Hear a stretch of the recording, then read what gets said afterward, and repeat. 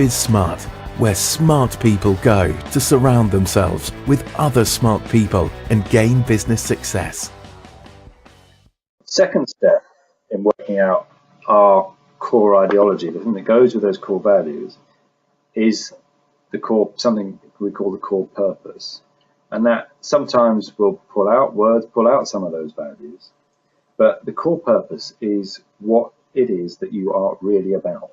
It's not just what you do, whether you answer the telephones or whatever it might be. It's you start with the what, but keep asking yourself, why do we do that? So it's why do we do that, or so what? What does that mean? What's the point of doing that? And if you keep asking that question or those questions until you'll end up with the real reason as to why you're in business. And that core purpose, good core purpose, should be inspiring. It should be something that you can go, yeah, that's why I get out of bed every morning. That's why I do what I do. But it should also do two other key things. It needs to help you think expansively about the things, about long-term possibilities and the range of activities that your business could do in the future. So it doesn't need to be too limiting. But on the flip side of that, it should also help you decide what activities not to pursue. Because if something is outside, if an opportunity comes out outside of that core purpose, you should be able to say that actually doesn't fit with what we're about. So let's eliminate that from consideration. So let's give a couple of examples. So telephone call minding service that we work with. The what they do is answer those phones for the customers when the customers either can't answer the phone or perhaps they don't want to. They actually want to have somebody else manage it for them. When this company asked themselves why they do that, and they went through that so what type process, they ended up with the core purpose as being creating the right impression for our customers. So if you think about that for a moment, you can see how that helps them to think about perhaps other potential activities they could do. For example, outbound calls. Most of what they were doing were inbound calls at that point. But outbound calls or telesales or whatever you want to call it fit very much in that core purpose. You're still creating that great first impression when you open up the conversation on the phone. But it also helps them to think about things they may want to do. So, for example, if they get those customers that come to them and say, "Oh, can you do all our admin for us? Can you do our PA sort of type stuff?"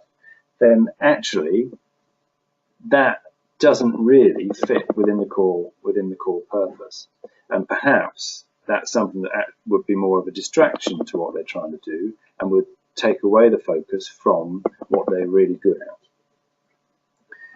Other examples, company businesses that you'll know well. 3M, you'll know them from Post-it notes. What you may not do is that they used to do all sorts of tapes. They do all sorts of, they are a multi-billion-dollar company, and they're in all sorts of different areas. There's lots of divisions to them. And what they decided was that their core purpose was solving unsolved problems innovatively. Because if you know any of the products that 3M come up with, they're always clever. They're always meeting a gap. There's a need where there is a solution that is required, and that it requires something quite clever and innovative to do that. So you wouldn't expect 3M to come up with a slightly better fridge. That's not what you expect 3M to do. Other examples, you'll learn Nike. Theirs is quite an interesting one. Their core purpose is to experience the emotion of competition, winning and crushing competitors. So that's quite a fun one. Sony, to experience the sheer joy of advancing and applying technology for the benefit of the public. So you can see from Sony's point of view, it's all about the joy of technology, of new technology, and of applying that for the benefit of the public. So you can start to see how that fits with what Sony is about, perhaps as opposed to someone like Hewlett-Packard, who might do lots of technology stuff, but it's much more for the business sort of type sector. Walmart, another company that you'll know, their core purpose is to give ordinary folk the chance to buy the same things as rich people. So you can see how that perhaps fits very much with Asda and might explain the tie-up there. So a good core purpose, as you said, helps you think expansively about things you might want to do in the future, but also helps you to think about the things you might not want to do, and therefore gives you some element of starting to think about focus. And just like the core values, there are some authenticity tests that we use to help find out if that's a good, strong core purpose. So the first one of those is, do you find it inspiring?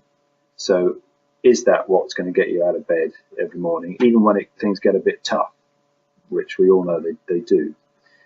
Second question, can you see that core purpose being valid 100 years from now? Because just like the core values, this is core ideology. This is forever stuff, really.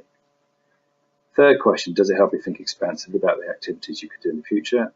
Fourth, does it help you decide what actions or activities that you might not want to pursue?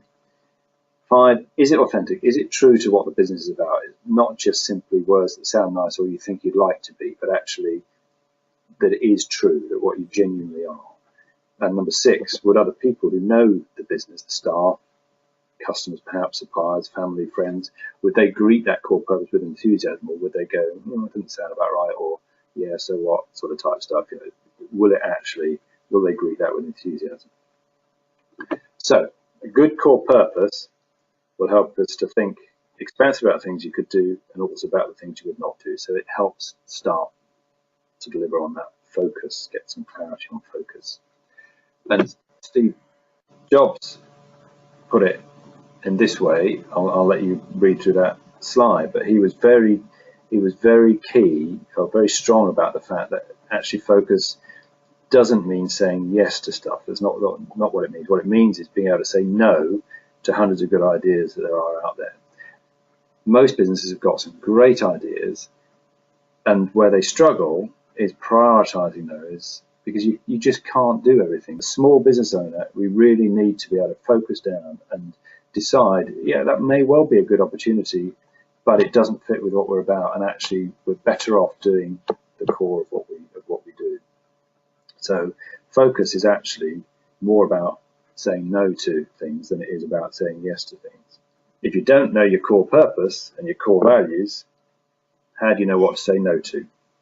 So good leadership and direction starts with understanding and communicating those core values and the core purpose. BizSmart, where smart people go to surround themselves with other smart people and gain business success.